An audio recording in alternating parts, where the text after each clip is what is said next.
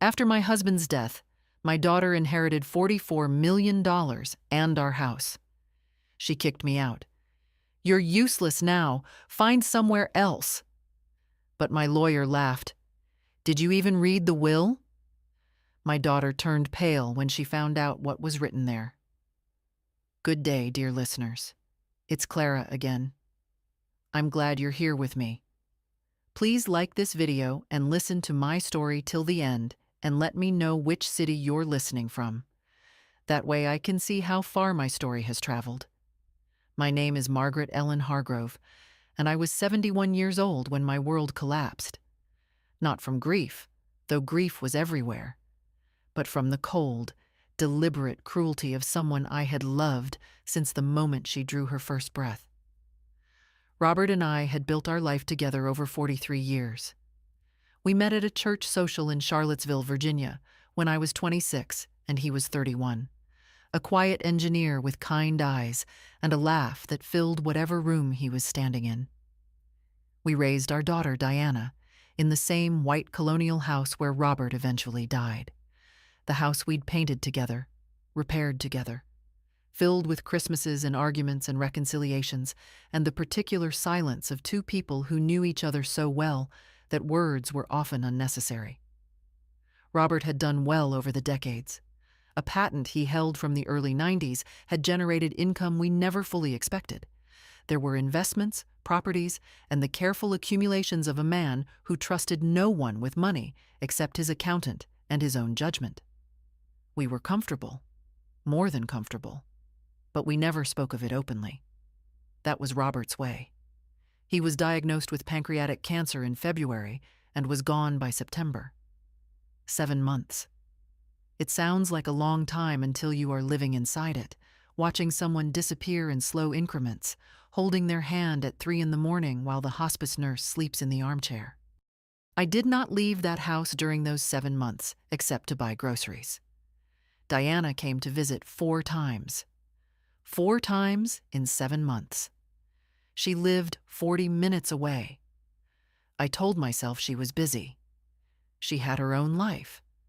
Her marketing job, her gym schedule, her circle of friends I had never quite been invited into. I told myself these things because the alternative explanation was one I was not ready to examine. After Robert passed, people brought casseroles. The neighbors came. His colleagues from the old firm sent flowers. Diana arrived on the evening of the funeral in a black dress I had never seen before, kissed me on the cheek, and asked, with what I can only describe as practiced casualness, whether the will had been filed yet. I said I didn't know. She nodded and helped herself to a glass of Robert's good bourbon. The first few weeks, I noticed things I filed away without fully acknowledging. Diana began stopping by more frequently, not to sit with me, not to ask how I was sleeping or eating, but to walk through rooms. She would stand in the doorway of Robert's study and look at the bookshelves. She would open the garage and stand there. Once I found her in our bedroom, opening the drawer of Robert's nightstand. When I asked what she was looking for, she said, "Nothing, Mom. Just memories." She smiled when she said it. The smile did not reach her eyes. Then there was the question of the attorney. Robert had used a man named Gerald Whitmore for 30 years, a careful, unhurried lawyer who had offices downtown above a dry cleaner's. Diana asked me, twice in 1 week, whether I had spoken with him yet. When I said I was waiting until I felt ready, she suggested I might want to let her come along. "For support," she said. "You shouldn't have to deal with legal things alone." I said I'd think about it. I was not thinking about it. I was watching. The moment that changed everything came on a Tuesday in late October. I remember the light, that particular flat October light that makes everything look slightly washed out. Diana came by unannounced. She sat across from me at the kitchen table where Robert and I had eaten breakfast for 40 years, and she set her hands flat on the wood as though steadying herself for something she had rehearsed. "Mom," she said, "I've spoken to Mr. Whitmore's office." I looked at her. The estate is going through probate. It's going to take time, and there's a lot to manage." She paused. "The house is part of the estate." "I know that," I said. "I'm going to inherit it," she said. Not a question, a statement. "And the assets." She cleared her throat. "I think it would make more sense, logistically, if you started thinking about your next steps. There are wonderful senior communities, Diana, with full amenities, and I could help you find something that really suited—" "Diana," she stopped. "Are you asking me to leave my home?" She looked at me with an expression I had never seen on her face before. It was not unkind, exactly. It was something more frightening than unkind. It was indifferent. "You're not really useful here anymore, Mom," she said. "Think about it. What would you even do with a house this size? Find somewhere else to go. I'll help you with the costs, at first." At first. I sat very still. The refrigerator hummed. Somewhere outside, a leaf blower started up. I looked at my daughter. This woman I had rocked to sleep, driven to school, stayed up worrying about for 5 decades. And I understood that I did not know her at all. I also understood in that same moment that I was not going to do what she expected me to do. I was not going to cry. I was not going to beg. I was 71 years old. I had just buried my husband, and something hard and cold and very quiet was taking shape somewhere behind my sternum. I picked up my coffee cup. I took a sip. "I'll think about it," I said. That night, after Diana left, I sat at the kitchen table for a long time without turning on the lights. The dark came in gradually, the way it does in October. First the corners of the room, then the whole space around me, until I was sitting in near blackness with only the orange glow of the street lamp coming through the curtains. I didn't move.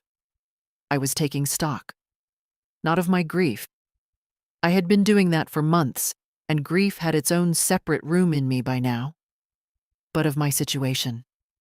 The actual, practical, legal situation. What did I know? Robert had never sat me down and explained the will in detail. That was partly his nature. He was a private man, even with me. And partly, I think, a kind of superstition he had. Discussing the will felt too close to discussing his death. So I knew the broad outlines. Diana was his primary beneficiary. She was our only child. The estate was substantial. What I did not know were the specifics, and specifics, I was beginning to understand, were everything. What did I have? My name was not on the deed to the house. Robert had bought it before we married, and we had never corrected that oversight. It had always felt like an unnecessary formality between two people who had no intention of parting. My name was on our joint checking account, which held enough for day-to-day expenses, but was not, by any measure, financial security. I had my Social Security payments, which were modest. I had a small savings account of my own, approximately $19,000, which I had maintained since the 1980s as a quiet habit Robert had encouraged. I had my health, I had my mind, and I had 43 years of being married to a man who, whatever his private nature, was not careless. That last thought was the one I kept returning to. Robert was not careless. He had spent his professional life building structures meant to last, meant to function correctly, meant to withstand pressure. Would he have left me, truly left me, with nothing? With no protection, no provision, no consideration at all beyond what Diana chose to offer? I did not believe it. And that disbelief was the thing that pulled me out of the dark and into motion. The next morning, I called Gerald Whitmore's office before 9 o'clock. His receptionist, a woman named Patsy, who had answered that phone since Clinton's first term, told me Mr. Whitmore was in court until noon, but would return my call. I asked her to mark it urgent. She said she would. He called at 12:40. His voice was the same as it had always been, measured, slow, with a Virginia softness to it that made everything he said sound considered. "Margaret," he said, "I'm very sorry about Robert. He was a fine man." "Thank you, Gerald," I said. "I need to come in, as soon as possible. I need to understand the will." There was a small pause. "Of course," he said. "I was going to reach out to you. There are things we should discuss." I noticed the careful phrasing of that. There are things we should discuss. Not, this will be straightforward. Not, it's simple, Margaret, don't worry. I noticed it and I filed it. We made an appointment for Thursday, 2 days away. I spent those 2 days doing something I had not done in years. I organized. I went through the filing cabinet in Robert's study, the one Diana had been eyeing, and I read everything in it. Tax returns, insurance policies, property documents, investment account statements, business correspondence. I read for 8 hours the first day and 6 hours the second. I took notes in a yellow legal pad in my own handwriting, because writing things down has always helped me think. By Wednesday evening, I had a clearer picture, and the picture was both better and worse than I had feared. Better. Robert had left more than Diana likely realized. There were accounts she didn't know about, held in trust structures that were not part of the probate estate. There were provisions. There was a document, a separate letter, handwritten by Robert, dated 8 months before his death, tucked inside the back cover of a folder labeled simply, Margaret. I read it 3 times. Then I sat very still, the way I had sat in the dark 2 nights before. Except this time the stillness was not helplessness. It was the stillness of someone who has just been handed a weapon and is deciding how to use it. Worse, Diana had already contacted Whitmore's office twice in the past month. She had asked specific questions about the probate timeline. She had, according to what I could piece together, been planning this longer than a few uncomfortable conversations at the kitchen table. She had not been visiting her dying father. She had been doing reconnaissance. I closed the folder. I put the letter in my purse, close to my body. I thought about my daughter, about her flat, appraising eyes as she stood in doorways, about the bourbon she'd helped herself to, about it first. And I felt something clarify inside me, the way a signal clarifies when you adjust the antenna. I was not going to be managed. I was not going to be relocated to a facility with amenities. I was not going to be handled. On Thursday morning, I dressed carefully. A navy blazer, good earrings, lipstick. Because I had learned a long time ago that the way you walk into a room affects what happens inside it. I picked up my purse with Robert's letter in it. I drove to Gerald Whitmore's office above the dry cleaners. I took the stairs slowly, one hand on the rail, and I thought, let's see what Robert actually wrote. Gerald Whitmore's office smelled the way it always had. Old paper, coffee, and something faintly woody that I suspected came from the mahogany bookshelves lining every wall. He stood when I came in, which he had always done, and shook my hand with both of his, which he had only done once before, at Robert's retirement party 17 years ago. He was in his late 70s now, white-haired, with reading glasses perpetually pushed up on his forehead. He gestured to the chair across from his desk and waited for me to sit before he sat himself. "Margaret," he said, folding his hands on the desk, "I want you to know something before we begin. Robert and I spoke many times over the last year. He was very deliberate about this, very careful." "I know he was," I said. "That's why I'm here." Whitmore nodded slowly, as though I had confirmed something.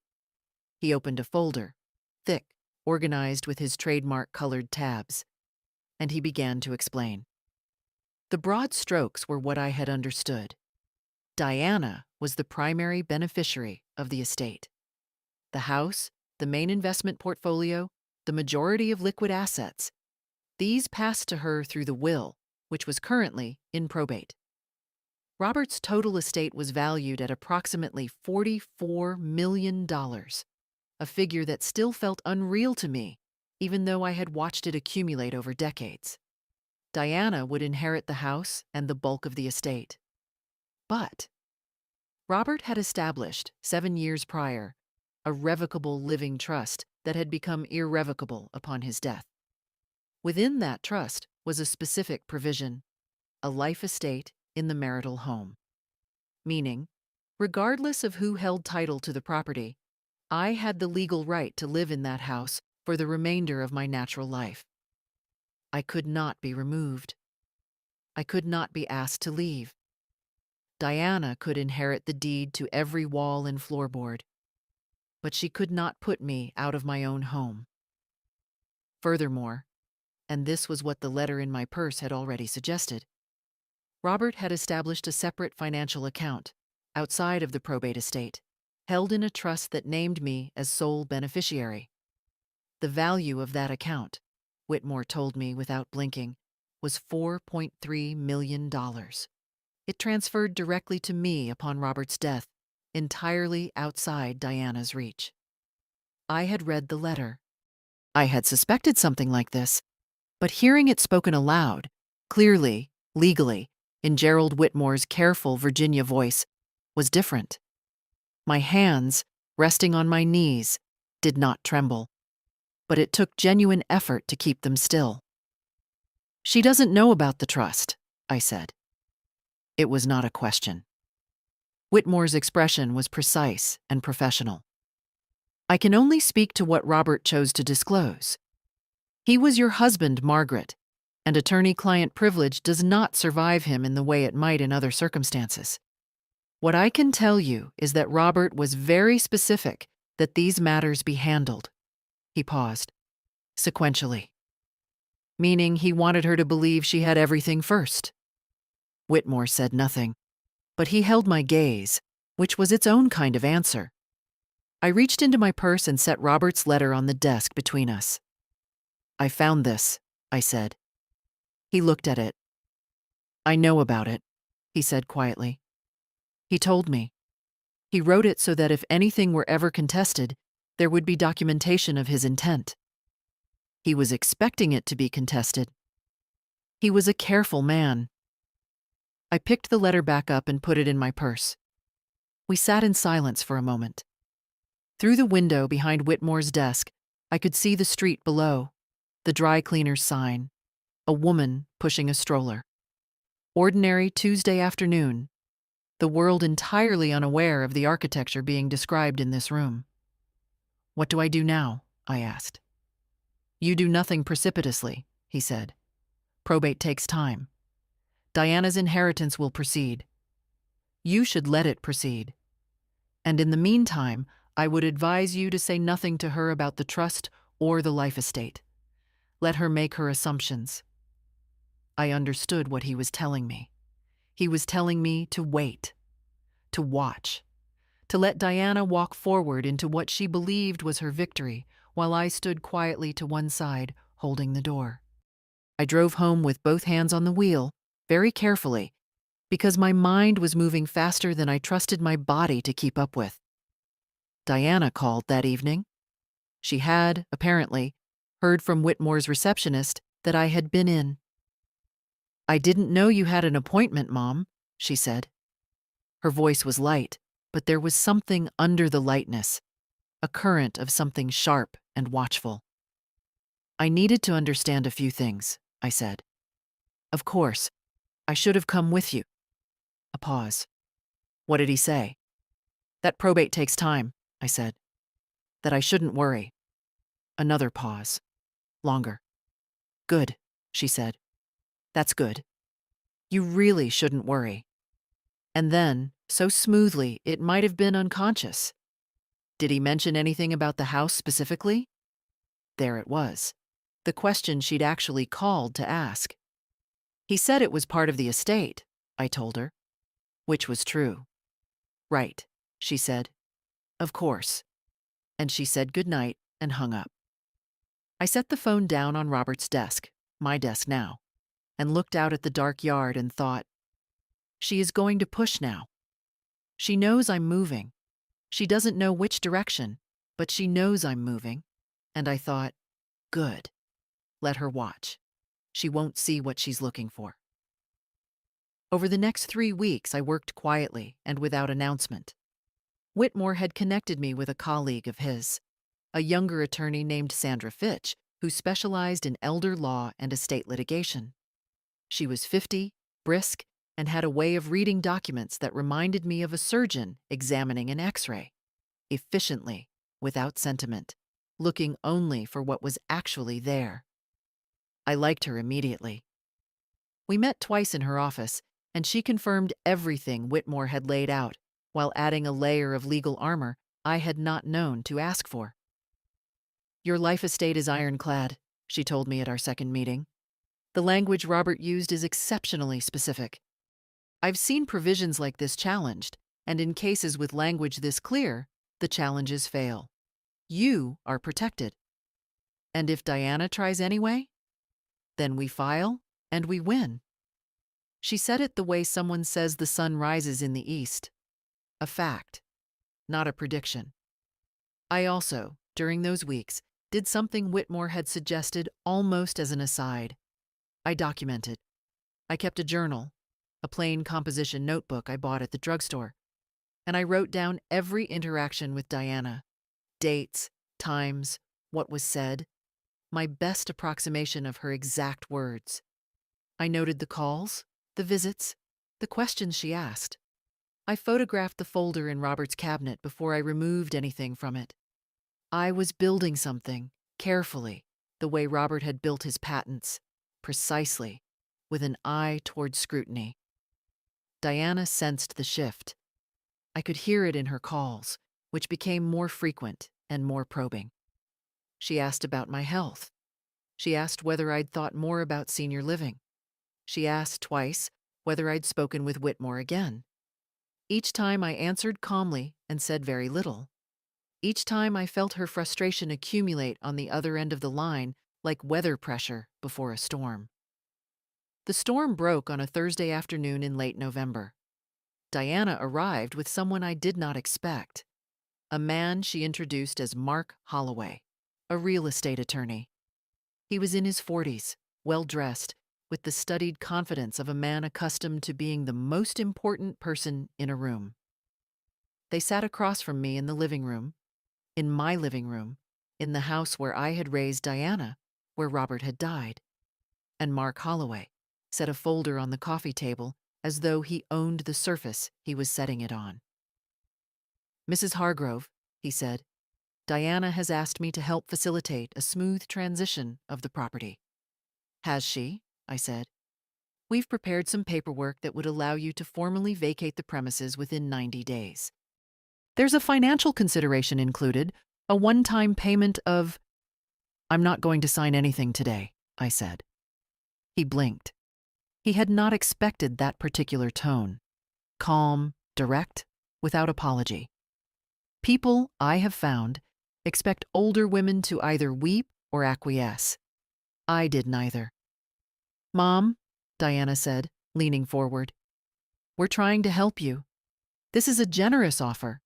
The house is too much for you to manage alone, and honestly, Diana, I said, I have a life estate in this property. The room changed.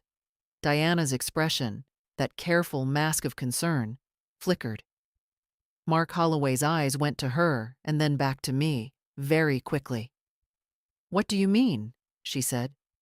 I mean that your father established a legal provision entitling me to live in this house for the rest of my life. You can inherit the deed. You inherited the deed. But you cannot remove me. Your attorney, I nodded toward Holloway, can verify this. I'd encourage him to do so. Holloway's jaw was doing something careful and controlled. He was a professional, and he was recalibrating.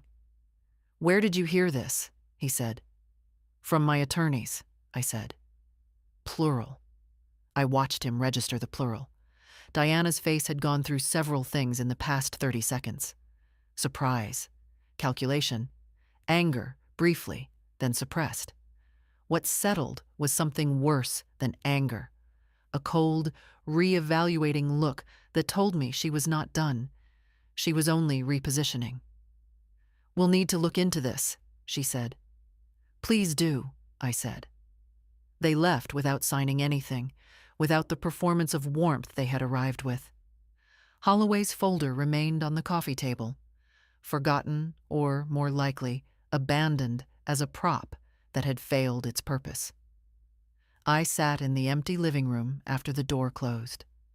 My heart was beating faster than I would have liked, and my hands, which had been perfectly still during the meeting, were now, privately, trembling slightly in my lap. Fear does not always observe the correct timing. It waits, sometimes, until you're alone. But underneath the fear was something steadier. I had done it. I had stood in my own living room and told my daughter and her attorney what was true, and I had not flinched. Robert had built me a fortress. I had only needed to find the door. I gave myself the rest of that week. I called my friend Helen Marsh, who had known me for 30 years and who could be trusted with anything, and I told her what was happening. I cooked. I walked in the neighborhood in the thin December light. I slept 8 hours for the first time since Robert died. You cannot fight indefinitely. You must know when to be still. Diana changed tactics in December, which I had expected. The confrontation in the living room had not broken her. It had, if anything, reorganized her. She was my daughter, after all, and I had not raised a person who gave up easily. What I had not anticipated, or perhaps had not fully accounted for, was how sophisticated her repositioning would be. She stopped pushing. That, in itself, was a move. The pressure ceased. The calls became warm again, shorter, lighter, without their previous subterranean probing. She called on a Tuesday to ask whether I needed anything from the grocery store. She called on a Friday to say she'd been thinking about me. She sent flowers on what would have been Robert's 74th birthday, with a card that said, "Thinking of you, Mom." The handwriting was hers. The gesture was calculated. Then came the visit that was, of all her performances, the most polished. She arrived on a Saturday morning with coffee and pastries from the bakery downtown that I had always liked. She was dressed casually, jeans, a soft sweater, and she had left Mark Holloway behind entirely. She sat at the kitchen table and she cried. Not performatively, not theatrically, but quietly, in the way that is hardest to dismiss. She said she'd been handling her grief about her father badly. She said she'd let money make her into someone she wasn't. She said she was sorry. I watched her. I want to be honest about what that moment cost me, because I think people deserve honesty about these things. Part of me wanted to reach across the table and take her hand. Part of me wanted her to mean it. 50 years of loving someone does not simply evacuate because you have been betrayed. It sits there alongside the betrayal, making everything more complicated than it has any right to be. But I had lived long enough to know the difference between a person changing and a person performing change. Diana's eyes, when she finished crying, did not have the particular softness that genuine remorse produces. They were still assessing. She was watching me the way you watch a door to see whether the lock has been left undone. "I've been thinking," she said, when her voice had steadied, "that we got off on the wrong foot. About the house, I mean. I don't want you to feel pushed. That was wrong of me." "I appreciate that," I said. "I was thinking," and here it came, the offer inside the apology, "that maybe we could find some arrangement that works for both of us. Something informal, where you have the security you need and I have the flexibility to make some decisions about the property." Informal. That word was doing a great deal of heavy lifting in that sentence. "What kind of arrangement?" I said. She talked for 10 minutes about what were, essentially, ways for me to voluntarily compromise the rights I had just asserted. She wrapped each option in the language of cooperation and family, and not wanting lawyers involved. She was good at it. I sat with my hands around my coffee cup, and I listened to every word. When she finished, I said, "Diana, I need to think about things." She smiled. It was the smile of someone who believes they have successfully opened a door. "Of course," she said. "No rush." After she left, I poured the rest of my coffee down the drain and stood at the kitchen window for a while. The yard looked the same as it always had. Robert's bird feeder, which I had continued to fill, was busy with juncos and a fat little chickadee. Everything ordinary, everything the same. And I thought about the word informal and what it would mean to step outside the legal protection I had, and I felt something very clear and very quiet in the center of my chest. No, not because I was angry, not because I did not miss the daughter I had believed Diana was, but because I understood now that informal arrangements with someone who had arrived at my door with a real estate attorney do not protect you. Paper protects you. Law protects you. Robert understood that. He had spent 40 years building things that could withstand pressure. I called Helen Marsh that evening. Helen was 73, a retired high school principal who had spent her career managing other people's crises with methodical calm. She had buried her own husband 6 years prior and had navigated her estate with characteristic efficiency. She was the kind of woman who keeps a legal pad in her kitchen drawer. I told her everything. She listened without interrupting, which was a gift. When I finished, she said, "Don't sign anything informal. Don't agree to anything outside the legal structure Robert set up. And get yourself some people around you, Maggie. You shouldn't be doing this alone." She was right on both counts. Over the next 2 weeks, I built my support. Helen came for dinner twice and helped me organize my documentation. My neighbor James Okafor, a retired accountant who had helped Robert with personal tax matters for years, offered to review the trust documents with fresh eyes and flagged 2 details even Sandra Fitch had found useful. I called my sister Ruth in Knoxville, who had not known any of this was happening, and Ruth said several unprintable things about Diana and then said she was getting in the car. Ruth arrived on a Wednesday with a suitcase and a pecan pie, and the particular energy of a woman who has been given a problem to solve. She was 68. She was furious on my behalf in the clean, uncomplicated way that only someone who has known you your entire life can manage. I was not alone anymore, and that mattered more than I could have predicted. Ruth had been with me for 10 days when Diana came back. She came on a Wednesday evening, unannounced, which was becoming a habit. And this time, she was not alone. Alongside her was a woman I had met perhaps 3 times in my life, Diana's closest friend, Patrice, who was also, I knew, a licensed therapist. I understood what this was before they reached the front porch. I had taught Sunday school for 15 years. I knew an intervention when I saw one. I let them in because you do not refuse to open your own door. Ruth was in the kitchen making tea.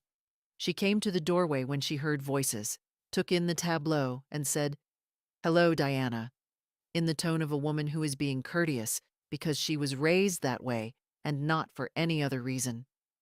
Diana smiled at her. Patrice extended her hand. Ruth shook it briefly and returned to the kitchen. I heard the deliberate, steady sound of her continuing to make tea. We sat in the living room. Patrice folded her hands in her lap and began. She said she was there as a friend, not in any professional capacity. She said that Diana was worried about me, about the stress I was under, about whether I was coping with grief in a healthy way. She said that legal conflicts within families had well-documented effects on mental and physical health in older adults. She said she wanted to help me think through what I actually needed, as opposed to what I thought I needed. It was very smooth. She was clearly skilled, and the implicit architecture of what she was saying, older adult, grief, stress, healthy coping, was building a particular picture of me as someone who might not be fully capable of making clear-eyed decisions. I let her finish. "I appreciate your concern, Patrice," I said. "I'm sleeping well, I'm eating. My doctor saw me last month and found nothing concerning. My legal matters are being handled by 2 qualified attorneys, and my financial affairs are in excellent order." I paused. "Is there something specific you wanted to raise?" Patrice glanced at Diana. Diana took it from there. "Mom," she said, and her voice had a new quality. Not the tearful warmth of her Saturday visit, but something slightly harder, slightly more pressured, as though the softness had been a first tool, and this was a second. "I know you've spoken to attorneys. I know about the life estate. I'm not trying to take your home." "I know you're not," I said pleasantly, "because you can't." Something moved across Diana's face. Not anger, not quite yet. Frustration, tightly held. "What I'm asking you to think about is what happens over the next years. This legal conflict, if that's what it becomes, will cost you. Emotionally, financially. Your attorneys aren't free, Mom. Sandra Fitch bills by the hour." "She does," I agreed. "And all of this stress, this positioning." Diana spread her hands, a gesture of reasonable exasperation. "What does it accomplish? You could be living comfortably without any of this. If you agreed to a reasonable arrangement." "Which arrangement?" I said. "The informal one you proposed in December? Or a new one?" "Something that works for both of us." "Diana," I said, "I have something that works for me. Your father built it. I intend to use it." The room was very quiet. Patrice was watching me with the careful attention of someone recalibrating. Diana's jaw had tightened. And then, and this was the moment that revealed what all the warmth and the coffee and the pastries and the tears had been concealing, Diana leaned forward and dropped the mask entirely. "You're being selfish," she said. "Dad left me that estate. He left me this house. And you're, what? Sitting on legal technicalities to make my life difficult? You have $4 million. You don't need this house. You don't need any of this. You're doing it out of spite." 4.3, I said quietly. Her eyes went sharp. "What?" "The trust.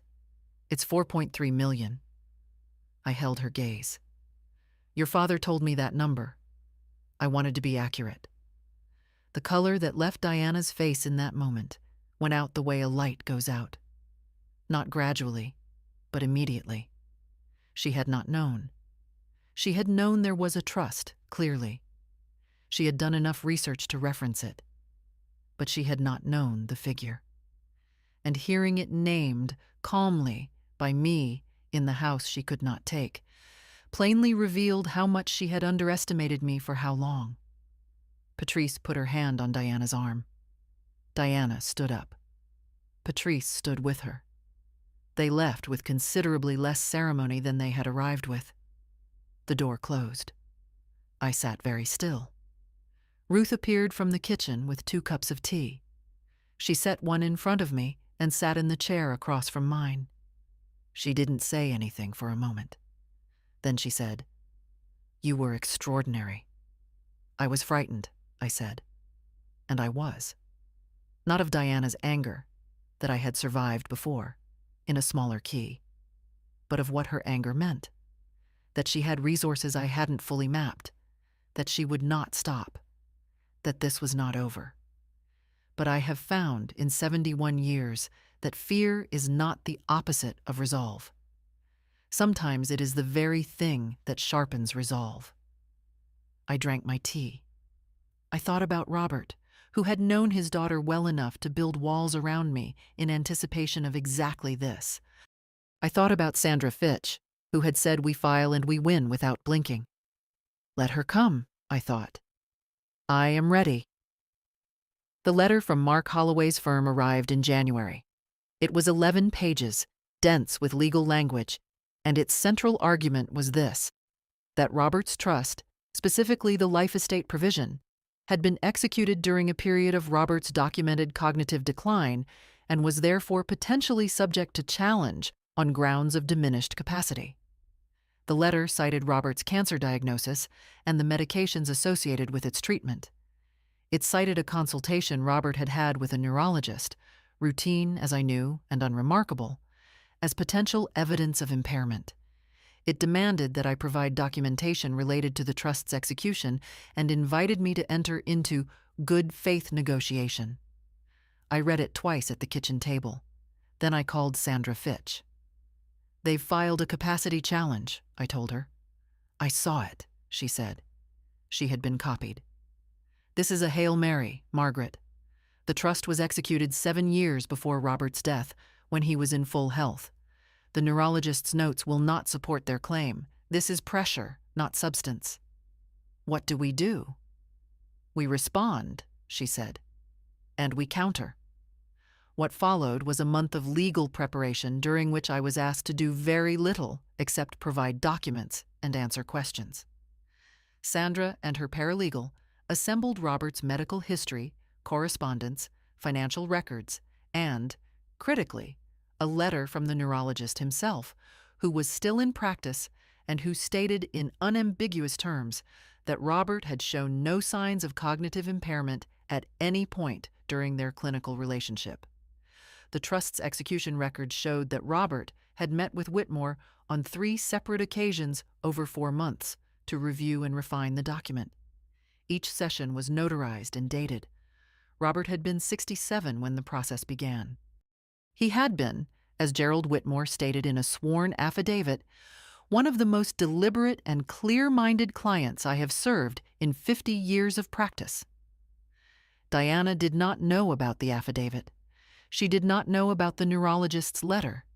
She did not know that Robert had included, among the trust's supporting documents, a recorded statement, a simple video he had made in Whitmore's office, seated at the conference table, speaking directly to the camera in his precise and quiet way, explaining his intentions for every provision. The hearing was scheduled for a Tuesday in February in the county court. It was not a trial, exactly, more of a preliminary hearing to determine whether Diana's challenge had sufficient basis to proceed. Sandra told me to dress professionally and to say as little as possible unless directly addressed. I wore my navy blazer again. Diana arrived with Mark Holloway and a second attorney I did not recognize.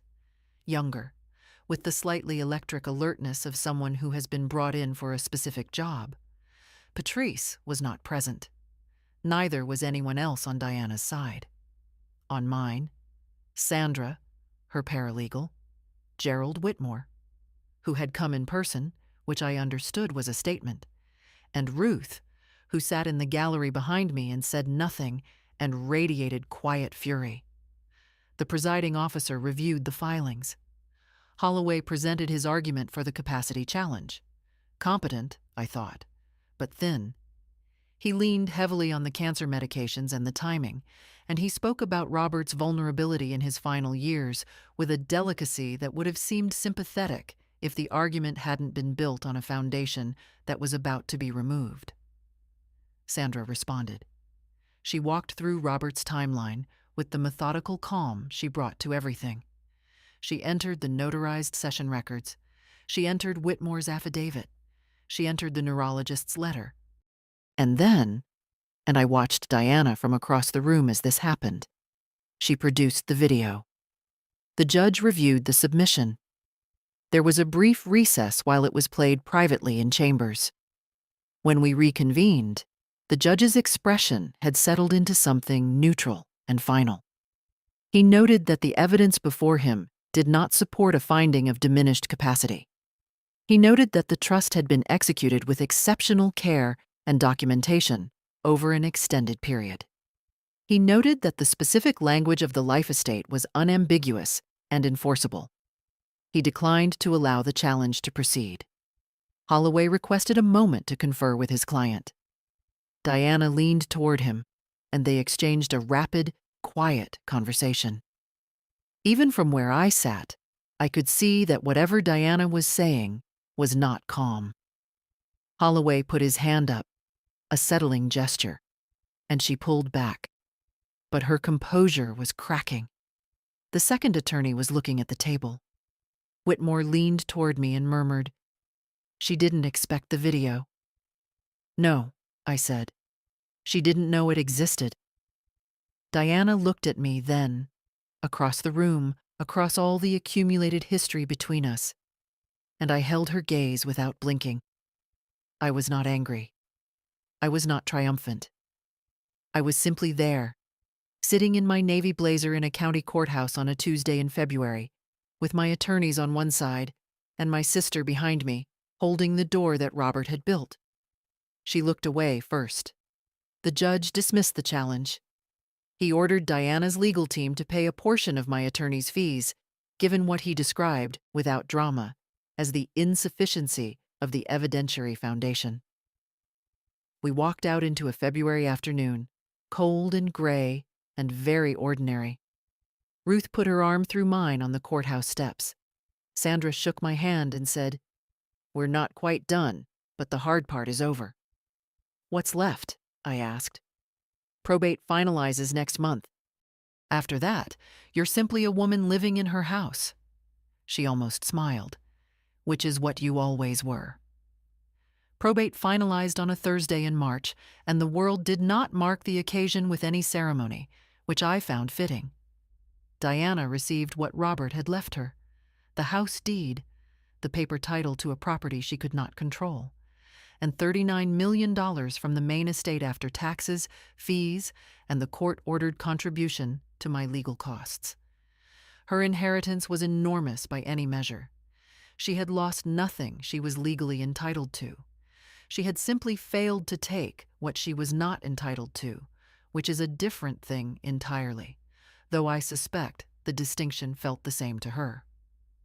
Sandra called me that afternoon. "It's done," she said. "The life estate is recorded. The trust has fully transferred. The 4.3 is in accounts in your name, Margaret. You're financially independent and legally protected in your home for as long as you choose to live there." I thanked her. I meant it. Then I sat in Robert's study, my study now, and I allowed myself to feel, for the first time since October, something that was not vigilance. It took a while to identify the feeling because I had been armored against it for so long. What it was, I realized, was relief, not joy. Joy felt premature, and grief is not finished with you just because a legal proceeding is. But relief, the particular loosening that comes when a weight you have been carrying without fully acknowledging its mass, is finally set down. I had a number of things to address in the weeks that followed. I wrote a letter to Diana. I considered this carefully, not whether to write it, but how. I did not write it in anger, and I did not write it in sorrow, though both of those were available to me. I wrote it plainly. I told her that I understood she had been disappointed by the limits of what she could control. I told her that I did not hold the attempt against her in the way she might expect, because understanding why someone does something does not require forgiving the thing. I told her I loved her in the way that a mother always loves a child, incompletely severable, regardless of evidence, but that I was not available to be managed, and that if she wanted a relationship with me, it would have to be built on different terms than the ones she had been attempting. I told her the door was open. I did not know if she would walk through it. I did not know if I wanted her to. But I sent the letter because Robert had taught me that precision matters. Saying exactly what is true, even when the truth is complicated. I also did something I had been postponing since the fall. I had the house repainted. The exterior had needed it for 2 years, and Robert and I had kept saying we'd do it in the spring, and then spring had become summer, and summer had become his diagnosis. I chose a color slightly warmer than the original white, barely perceptible, but present. Something that was mine. Helen came for dinner the week after probate closed.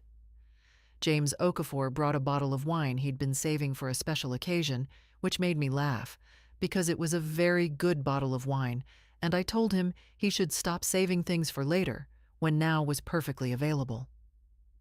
Ruth stayed another week, and then drove back to Knoxville with a care package of things from the house I had been meaning to send her for years. The community I had built around me in those difficult months turned out not to dissolve when the difficulty did. People who show up for a crisis sometimes show up for life, if you let them. I let them. I returned to my Tuesday book group, which I had been missing since Robert's diagnosis. I started attending the garden lecture series at the University Extension, which I had always meant to do. In April, I planted a kitchen garden in the raised beds on the south side of the house, something I had planned for years without doing. I grew tomatoes, basil, zucchini that no single person could consume alone, and a small herb section that smelled, in the mornings, exactly like something good. And the money, I should say something about the money, because to pretend it is not significant would be dishonest. $4.3 million is, to a woman who grew up in a modest household in Virginia, an almost abstract figure. What it meant, practically, was that I did not have to worry, that the anxiety that had lived alongside me for the previous 6 months, the low-frequency fear of being made destitute at 71, was gone. Robert had known, I think, that this was what he was giving me, not the amount, the absence of fear. I made some decisions about it.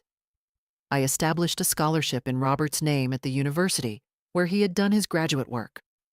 I gave Ruth's granddaughter's school a meaningful donation for their library, which had been struggling. I increased my giving to the church. I put the remainder in the care of a financial advisor Sandra recommended, a careful and unhurried woman, much like Gerald Whitmore, and I stopped thinking about it except once a quarter. The afternoon the last paperwork was signed, I walked through every room of the house: the bedroom where Robert had died, the study, the kitchen with its 40-year-old table, the living room where I had sat across from my daughter and her attorney and told them what was true. I walked through all of it slowly, with my hands at my sides, not touching anything, just looking. This is mine, I thought. Not as a boast, as a fact. Robert made it mine, and I held it, and it is mine. Then I went and fed the birds.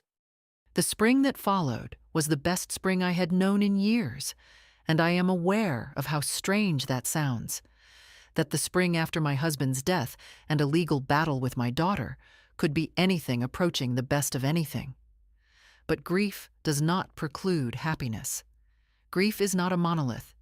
It moves alongside you, present but not always consuming, and in the spaces where it recedes, life fills in. I discovered, with some surprise, that I liked living alone. I had never lived alone in my adult life. There had always been Robert, and before Robert, my parents, and before that, Ruth and the noise of a family house. Solitude had always seemed to me an absence. I found, at 71, that it was also a texture, a particular quality of existing in your own space without adjustment or accommodation. I could eat when I wanted and read until midnight and leave a book open on the kitchen table for 3 days. Small freedoms, profound ones. I traveled for the first time since Robert's illness. Helen and I went to Charleston in May. 4 days, a rented apartment near the historic district. Long walks and excellent food, and the kind of conversation that only happens between people who have known each other long enough to skip the preliminary surfaces. In September, I went further. A 2-week trip to Portugal with a small group organized through the University Extension. I had never been to Europe.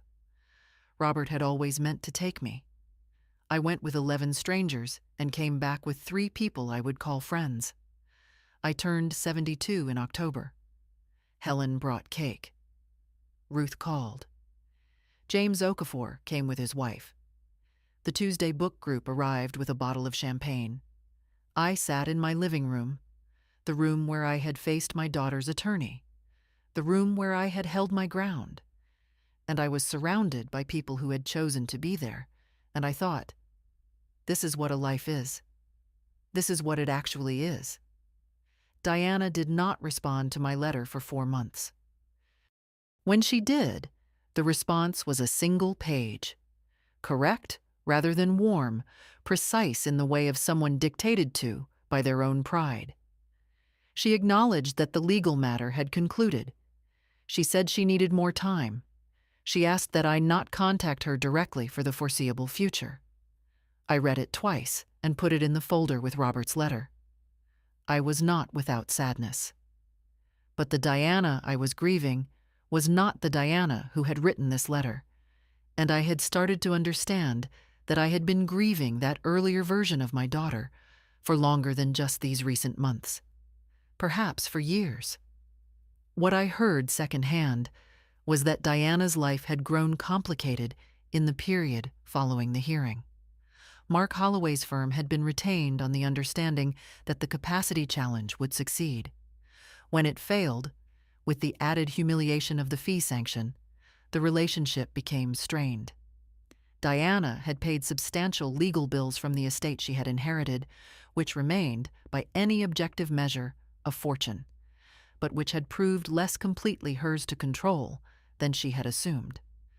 The real estate presented its own complications: maintenance costs, property management decisions, tax considerations she had not fully anticipated. Patrice had quietly distanced herself from Diana following the hearing. Holloway did not seek to contact me again. I do not take satisfaction in these things. What I feel when I think about Diana in her complicated life with her diminished legal victories and her absent friend and her immense but somehow insufficient inheritance is something more like sadness with clean edges, a grief without self-pity. She had so much. She had always had so much, and she had chosen to spend herself trying to take more. I think about Robert when I think about this. He had known Diana. He had loved her without illusion. And he had built walls that held because he had understood, long before I had allowed myself to, what she was capable of. He had trusted me to use the door he'd made. I had tried to be worthy of it. The birds came back to the feeder in April, as they always did. The same juncos, or ones indistinguishable from them, and the fat chickadee, and a pair of cardinals that Robert had always particularly liked. I stood at the kitchen window with my coffee one morning and watched them, and the sun came through the glass at the particular angle it always had, and the kitchen smelled of coffee and fresh bread, and everything was ordinary and quiet and entirely mine. This is enough. This is more than enough. This is everything. Robert used to say that a well-built structure doesn't need to announce itself. It simply holds. I learned that year that he had been right about more than buildings. If you are ever told you are useless by someone who should know better in a house you built together over a lifetime, know this: your value was never theirs to assign. Document everything. Trust quietly, and read the will. What would you have done in my place? I'd truly like to know. Leave your answer below, and if this story stayed with you, share it. Thank you for listening until the end.